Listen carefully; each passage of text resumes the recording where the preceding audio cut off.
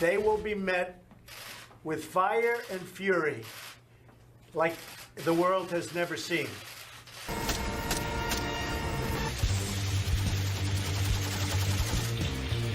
고작 한국 부대 하나로 대체 뭘 어떻게 하겠다는 거냐? 여기 미국 엘리트 군인들이 한국 군인들의 전투를 보고 충격에 휩싸였습니다. 그걸 땅에 묻은 겁니다. 포탄의 그 금속재 탄피를 활용해서 구멍을 뚫어서 외부로 이렇게 감싼 겁니다. 그래서 그걸 땅에 묻어놔서 백마고지 전투간에 포병 한 달 동안 배를 타고 갑니다. 그리고 5개월 동안 거기서 미군들과 똑같이 훈련을 받고 다시 한 달 동안 배를 타고 갑니다. 미군마저 포기하려 했던 절망적인 상황을 단 하나의 한국 부대가 뒤집었다고 하는데요. 대체 무슨 일이 있었던 걸까요? 사연 바로 들려드리겠습니다. The only thing I ask for is a mic. You don't have to give me, I don't even need a stage. 안녕하세요. 저는 마이클 소령이라고 합니다. 제가 미군으로 복무한 지 벌써 20년 정도가 되었네요. 저희 집안은 할아버지 때부터 쭉 군인 집안이었어서 저는 어릴 적부터 자연스럽게 군인의 꿈을 키워왔거든요. 그 덕분에 20살 때부터 여러 작전에 참여하게 된 저는 다양한 국가의 사람들과 협력을 했던 경험이 있습니다. 특히 한국과는 13년 전 처음 인연이 있는데 솔직히 당시만 해도 저는 한국을 미국의 작은 동맹국 정도로만 여기고 있었습니다. 하지만 그때의 제 생각이 얼마나 편협하고 어리석었는지를 깨닫기까지는 그리 오랜 시간이 걸리지 않았어요. 2024년 11월 트럼프의 재선 소식이 전해진 그날, 저는 버지니아주 노퍽 해군기지의 작전실에 있었습니다.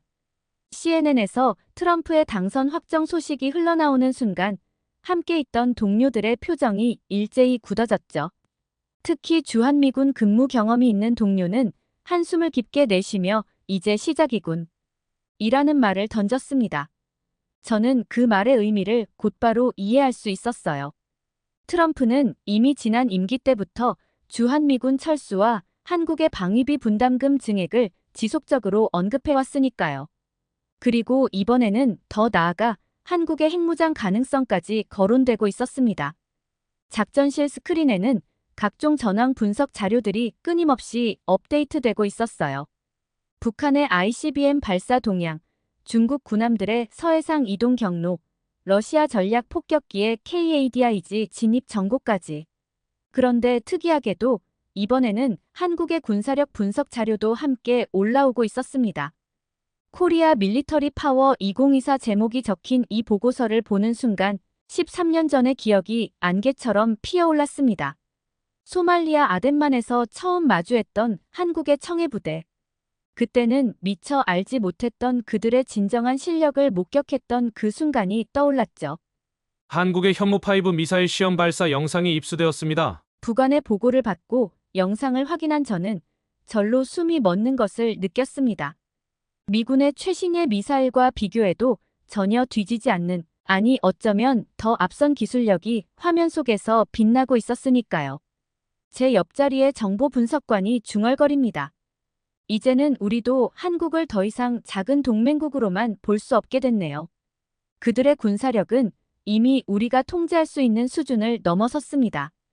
그의 말에 고개를 끄덕이면서 저는 13년 전 제가 얼마나 우매한 생각을 하고 있었는지 다시 한번 되새기게 됐습니다.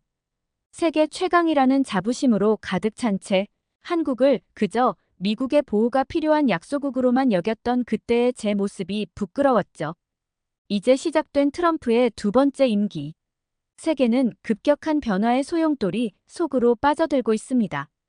그리고 그 중심에는 제가 13년 전 아덴만에서 처음 마주했던 그 놀라운 나라, 대한민국이 서 있었습니다. 2011년 1월 15일 소말리아 아덴만 해역에서의 일입니다. USS 엔터프라이즈 호 작전실에서 저는 한국의 3호 주얼리호가 소말리아 해적에게 납치되었다는 첩보를 받았습니다. 당시 저는 미 해군 제5함대 대테러 특수작전팀 지휘관이었죠. 또 한 척 당했군. 저는 무심히 생각했습니다. 그 해역에서는 이미 수십 척의 선박이 해적들에게 납치된 상태였으니까요. 세계 최강 미해군조차 속수무책이었던 상황이었습니다. 알샤바브 테러 조직과 결탁한 해적들은 우리의 예상을 뛰어넘는 무장력과 조직력을 보유하고 있었거든요. 한국 정부가 청해부대를 파견한다고 합니다. 통신장교 톰슨의 보고를 듣자마자 저는 피식 웃고 말았습니다. 고작 한국 해군이 뭘 할 수 있다고. 웨스트포인트를 수석으로 졸업하고 3대째 내려온 군인 가문의 자부심으로 가득 찬 제게 그들은 그저 우리의 보호가 필요한 약소국일 뿐이었으니까요. 제군들, 우리가 지원해줘야 할 것 같군. 작전실의 장교들을 향해 말했지만 그들의 표정에서도 저와 같은 오만함이 묻어났습니다. 우리는 이미 수차례 소말리아 해적 소탕 작전을 시도했지만 번번이 실패했습니다. 1993년 모가디슈 전투에서 우리 특수부대원 13명이 전사한 이후 이 지역은 우리에게 트라우마와 같은 존재였죠. 최영함이 아덴만에 도착했다는 소식을 들었을 때도 저는 여전히 무덤덤했습니다. USS 엔터프라이즈호의 갑판에서 바라본 최영함은 우리 구축함의 23크기밖에 되지 않았으니까요. 저 작은 배로 뭘 하겠다는 걸까? 당시 소말리아 해적들은 알샤바브로부터 최신 대공 미사일까지 지원받은 상태였습니다. 우리 미군도 수차례 작전에 실패하고 철수해야 했죠. 특히 2010년 11월의 작전 실패는 아직도 잊을 수 없습니다. 우리의 최신의 헬기 2대가 격추될 뻔한 아찔한 상황이었으니까요. 청해부대가 작전 개시를 요청해왔습니다. 통신장교의 보고를 받은 저는 망원경으로 최영함을 다시 한번 바라보았습니다. 그들이 어떤 실패를 맛보게 될지 지켜보고 싶었던 거죠. 어쩌면 그들의 실패를 통해 우리의 실패가 정당화될 수 있을 거라고 은근히 기대했는지도 모르겠습니다. 알겠다. 우리는 후방에서 대기하도록 하자. 제 명령에 함께 있던 장교들도 동의했습니다. 우리는 모두 한국 해군의 실패를 기정사실화하고 있었죠. 그때까지만 해도 청해부대가 보여줄 놀라운 작전 수행 능력을 전혀 예상하지 못했으니까요. 지금 돌이켜보면 그때의 제 오만함이 부끄럽기 그지없습니다. 세계 최강이라는 자부심이 우리의 눈을 멀게 했던 거죠. 하지만 곧이어 벌어질 일들은 제 인생에서 가장 충격적인 경험이 되었습니다. 한국 해군은 우리의 예상을 완전히 뒤엎어버렸으니까요. 2011년 1월 21일 새벽 아덴만의 깊은 어둠 속에서 시작된 청해부대의 작전은 제가 알던 모든 상식을 뒤엎어버렸죠. 우리 미군이 보유한 최첨단 야간 감시 장비로 지켜본 그들의 움직임은 마치 교과서에 나올 법한 완벽한 작전이었습니다. 무슨 일이 벌어지고 있는 거지? USS 엔터프라이즈호의 작전실에서 모니터를 지켜보던 저는 눈을 의심할 수밖에 없었습니다. 우리가 수차례 실패했던 이유 중 하나는 해적선에 접근하는 과정에서 발생하는 취약점 때문이었는데 청해부대는 이를 완벽하게 보완한 전술을 선보였거든요. 청해부대가 고속단정 3척을 동시에 투입했습니다. 작전 참모 존슨 중령의 보고에 저는 고개를 끄덕였습니다. 그들은 마치 물 위를 나는 듯한 속도로 해적선을 향해 접근해 갔습니다. 우리 미군의 고속단정보다 훨씬 빠른 속도였죠. 나중에 알게 된 사실이지만 한국이 자체 개발한 고속단정은 당시 세계 최고 수준의 성능을 자랑했다고 합니다. 저것 봐, 해적들이 대공 미사일을 준비하고 있어.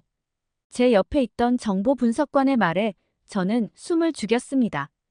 이전에 우리 미군이 실패했던 바로 그 순간이었으니까요. 하지만 청해부대의 대응은 예상을 완전히 벗어났습니다.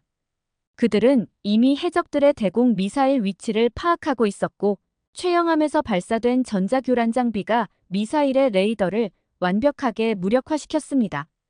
도대체 저게 무슨 장비죠? 우리 작전실의 전자전 전문가가 던진 이 질문에 아무도 대답하지 못했습니다. 당시 우리가 알고 있던 전자전 장비 중 그런 성능을 가진 것은 없었거든요. 나중에 알게 됐지만 그것은 한국이 독자 개발한 K-LO라는 최신의 전자전 장비였습니다. 청해부대의 특수부 대원들이 해적선에 승선하는 순간 저는 숨을 멈췄습니다. 이전의 모든 구출 작전에서 가장 위험한 순간이었기 때문이죠. 하지만 그들은 마치 물 흐르듯 자연스럽게 그러나 치명적인 정확도로 해적들을 제압해 나갔습니다.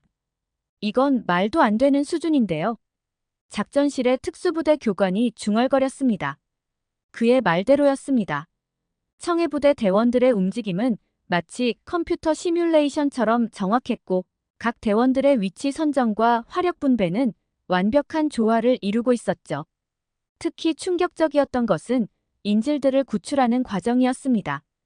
우리 미군은 항상 이 과정에서 피해가 발생했지만 청해부대는 단 한 명의 인명 피해도 없이 모든 인질을 안전하게 구출해냈습니다. 그것도 불과 3시간 만에 말이죠. 작전이 끝난 후 저는 최영함을 직접 방문했습니다. 처음에는 그들의 성공이 단순한 우연이었는지 확인하고 싶었던 거죠. 하지만 제가 본 것은 우연이나 행운과는 거리가 먼 것이었습니다. 최영함의 작전실은 우리의 이지스함과 비교해도 손색이 없었습니다. 아니, 어떤 면에서는 더 발전된 시스템을 갖추고 있었죠. 특히 그들이 자체 개발했다는 전투체계는 우리 미군의 것보다 더 효율적으로 보였습니다. 이순신 제독의 후예답네요. 청해부대 대장과 이야기를 나누면서 저는 이렇게 말했습니다. 그는 겸손하게 미소를 지었지만 그의 눈빛에서 저는 강한 자부심을 읽을 수 있었습니다. 그리고 그날 이후 저는 한국이라는 나라를 완전히 다른 시각으로 보기 시작했습니다. 청해부대와의 첫 작전이 끝나고 미군 지휘부에서는 한국군의 능력을 재평가하기 시작했습니다.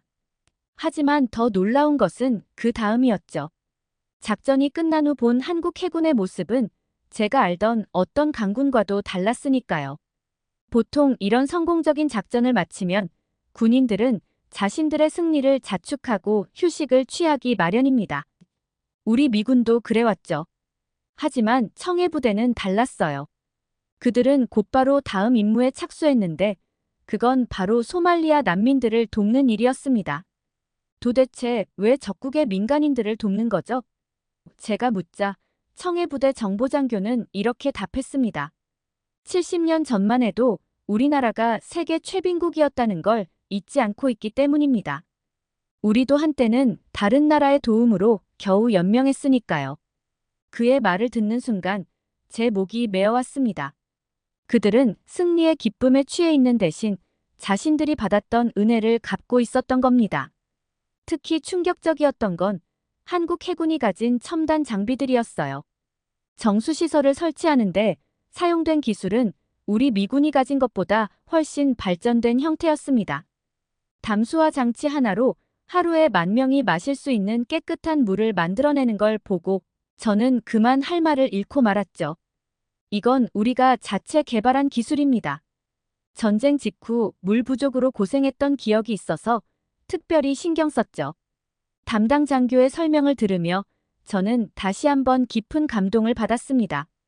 그들은 자신들의 아픈 과거를 교훈 삼아 미래를 위한 기술을 개발해온 거였어요. 더 놀라운 건 그들의 의료 지원 시스템이었습니다. 최영함에는 최첨단 원격 의료 시스템이 갖춰져 있었고 이를 통해 한국의 대형 병원 의료진들이 실시간으로 현지 환자들을 진료했죠. 우리 미군 함대에도 없는 시스템이었습니다. 우리는 6.25 전쟁 때 각국의 의료 지원을 받았습니다. 이제는 우리가 그 은혜를 갚을 차례죠. 그들의 이런 모습은 곧 현지인들의 마음까지 사로잡았습니다. 놀라운 건 체포된 해적들의 태도 변화였어요. 처음에는 고개를 빳빳이 들고 있던 해적들이 한국 해군의 인도적 지원을 보면서 하나둘 변하기 시작했죠. 특히 잊지 못할 장면이 있습니다. 한 해적의 어린 동생이 심각한 탈수 증세를 보였을 때였어요. 한국 군의관들은 밤새 아이를 돌봤고 결국 아이의 목숨을 구해냈습니다. 그날 이후 그 해적은 완전히 다른 사람이 되었어요. 당신들은 우리가 알던 군대와는 다르군요. 해적 두목이 한 말입니다. 나중에 들은 얘기지만 한국의 교도소에 수감된 해적들은 대부분 갱생의 길을 택했다고 해요. 한국식 식사와 인간적인 대우를 받으며 그들은 처음으로 다른 삶의 가능성을 보았다고 합니다. 우리 미군도 많은 것을 배웠습니다. 단순히 군사력만으로는 진정한 평화를 이룰 수 없다는 걸요. 한국군은 첨단 무기로 적을 제압했지만 인간애로 그들의 마음까지 얻어냈습니다. 그리고 이런 한국의 모습은 세계 각국의 주목을 받기 시작했죠. 우리처럼 강력한 군사력을 보유한 나라들도 한국의 파워에는 감탄할 수밖에 없었으니까요. 특히 인상 깊었던 건 한 한국 해군 소위의 말이었습니다. 우리는 한때 세계 최빈국이었지만 포기하지 않고 더 나은 미래를 만들어 왔습니다. 소말리아도 언젠가는 그렇게 될 수 있을 거예요. 이 말에는 깊은 뜻이 담겨 있었습니다. 한국은 단순히 군사 강국이 아니었어요. 그들은 자신들의 고난의 역사를 디딤돌 삼아 더 나은 세상을 만들어가는 진정한 선진국이었던 겁니다. 지금 이 순간에도 전 세계 곳곳에서 한국의 군함들이 평화 유지 활동을 이어가고 있습니다. 그들은 최첨단 무기로 위협을 제거하고 따뜻한 가슴으로 상처를 치유하고 있죠. 이제 저는 깨달았습니다. 왜 전 세계가 한국을 주목하는지, 그리고 왜 트럼프 시대의 새로운 강자로 한국이 거론되는지를요. 2024년 현재 제 책상에는 13년 전 청해부대와 함께 찍은 사진이 놓여 있어요. 매일 아침 이 사진을 보면서 제 마음 한켠이 묘하게 흔들리는 걸 느낍니다. 제가 느끼는 이 감정이 단순한 향수 때문만은 아니에요. 오히려 지금의 세계 정세를 바라보며 느끼는 복잡한 심정이라고 할까요? 엊그제 있었던 백악관 회의에서의 일이 떠오르네요. 한국 핵 운용 능력 보고서를 검토하던 중 한원로 장성이 이런 말을 했습니다. 이제 우리는 한국을 더 이상 통제할 수 없습니다. 그들의 기술력은 이미 우리의 상상을 뛰어넘었어요. 그의 말을 듣는 순간 제 안에서 웃음이 났습니다. 통제라는 단어가 얼마나 우스꽝스럽게 들리던지 13년 전 제가 가졌던 그 오만한 태도가 떠올랐거든요. 당시 저는 한국을 그저 통제 가능한 작은 동맹국 정도로만 여겼었죠.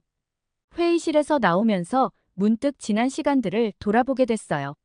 미국도 정말 대단한 나라죠. 하지만 우리가 현대화된 산업국가로 발전하는 데만 100년이 넘게 걸렸어요. 반면 한국은 글쎄요, 여러분은 믿으시겠습니까? 불과 50년 만에 이뤄냈다는 게 제 할아버지께서는 6.25 전쟁 때 참전하셨던 분이에요. 그분 말씀으로는 당시 한국은 세계에서 가장 가난한 나라 중 하나였다고 해요. 밤에 찍은 위성 사진을 보면 한반도가 완전히 깜깜했다고. 하지만 지금은 어떻습니까? 우주에서 찍은 야간 사진을 보면 한국이 마치 밝은 보석처럼 빛나고 있죠. 특히 놀라운 건 한국의 성장 방식이에요.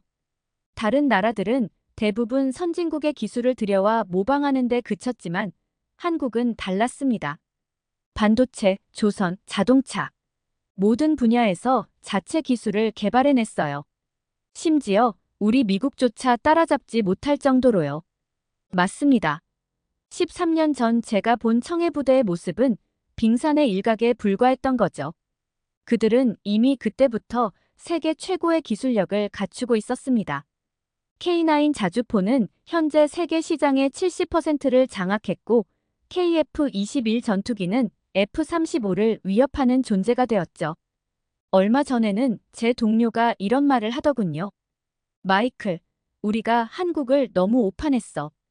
그들은 다른 나라의 기술을 배우기만 한 게 아니라 완전히 새로운 것을 창조해내고 있었던 거야. 맞습니다. 우리는 한국을 너무 얕봤던 거죠. 실제로 한국의 성장은 세계 역사상 유례가 없는 것이었습니다. 일제강점기와 6.25 전쟁으로 폐허가 된 나라가 이제는 세계 10위권의 경제 대국이 되었죠.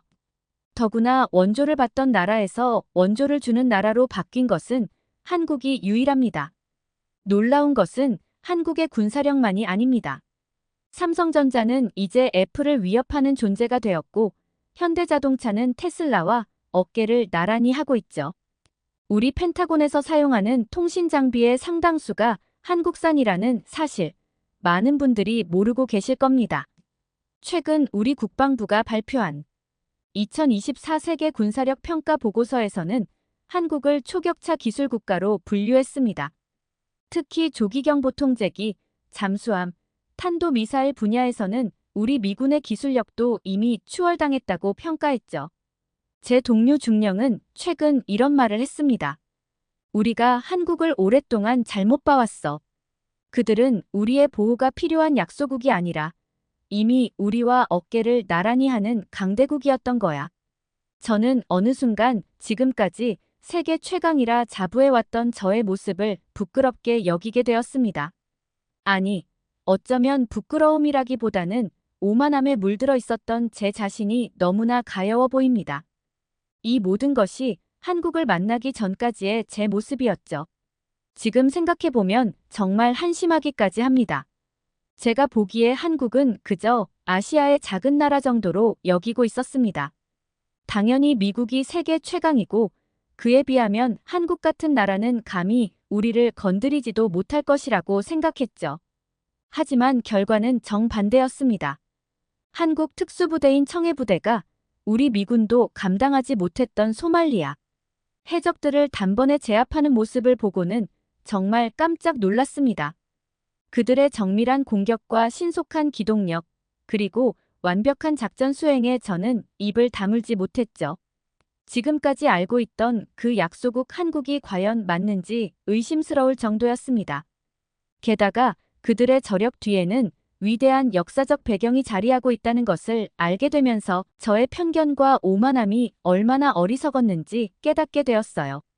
역사적으로 볼 때 한국은 주변의 강대국들에게 끊임없이 침략당했음에도 불구하고 단 한 번도 자국의 주권과 문화를 포기하지 않았습니다. 오히려 그들을 상대로 치열한 저항과 게릴라전을 펼쳐 결국 승리를 거두어냈죠. 이처럼 한국은 결코 약소국이 아니었던 것입니다. 작은 영토와 인구 규모에도 불구하고 그들만의 강인한 정신력과 지혜로움으로 역사를 새롭게 써나갔던 것이죠. 특히 일본의 오랜 지배 아래에서도 한국인들은 끝까지 굴하지 않고 끈질기게 저항했다는 사실에 저는 깊은 감동을 받았습니다. 그들은 심지어 무기조차 빼앗긴 상황에서도 농기구를 들고 일본군에 맞서 싸웠다고 합니다. 이런 모습을 보면 정말 경이롭다 밖에 할 말이 없네요. 이에 비해 중국은 일본의 침략에 무기력하게 당하기만 했다고 하더군요. 당시에는 중국이 한국보다 훨씬 강대국이었음에도 불구하고 말이죠. 한국의 이런 투지와 용기는 정말 세계 어디에서도 찾아볼 수 없는 특별한 민족성이라고 생각합니다. 이처럼 한국은 작은 나라이지만 그 어떤 강대국들도 함부로 건드리지 못하는 강국이었던 것이죠. 역사적으로 볼 때 다른 나라들이 수백 년, 수천 년이 걸려 이루어낸 성과들을 한국은 불과 몇십 년 만에 달성했다니 정말 놀랍지 않습니까? 이런 한국의 저력을 보면 앞으로 어떤 미래가 펼쳐질지 기대되기까지 합니다.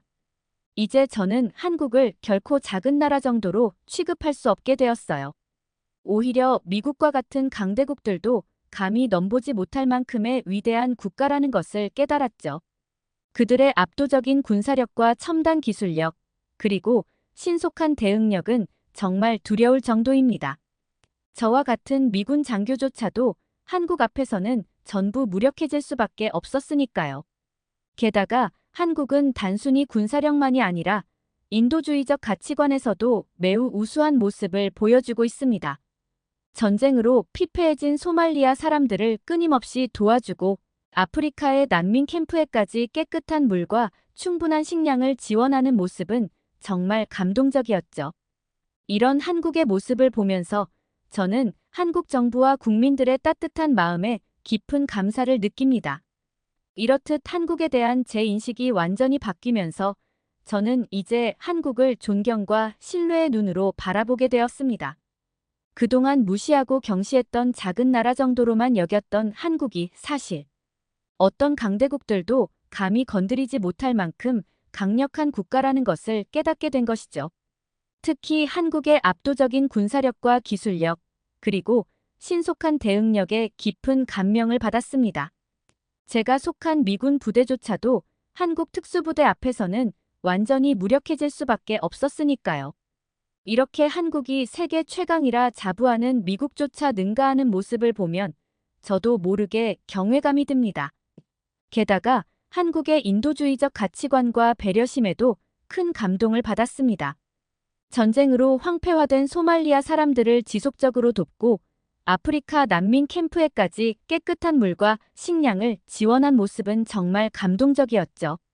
이처럼 한국은 단순한 군사력과 기술력뿐만 아니라 인류애적인 면모에서도 타의 추종을 불허하는 모습을 보여주고 있습니다.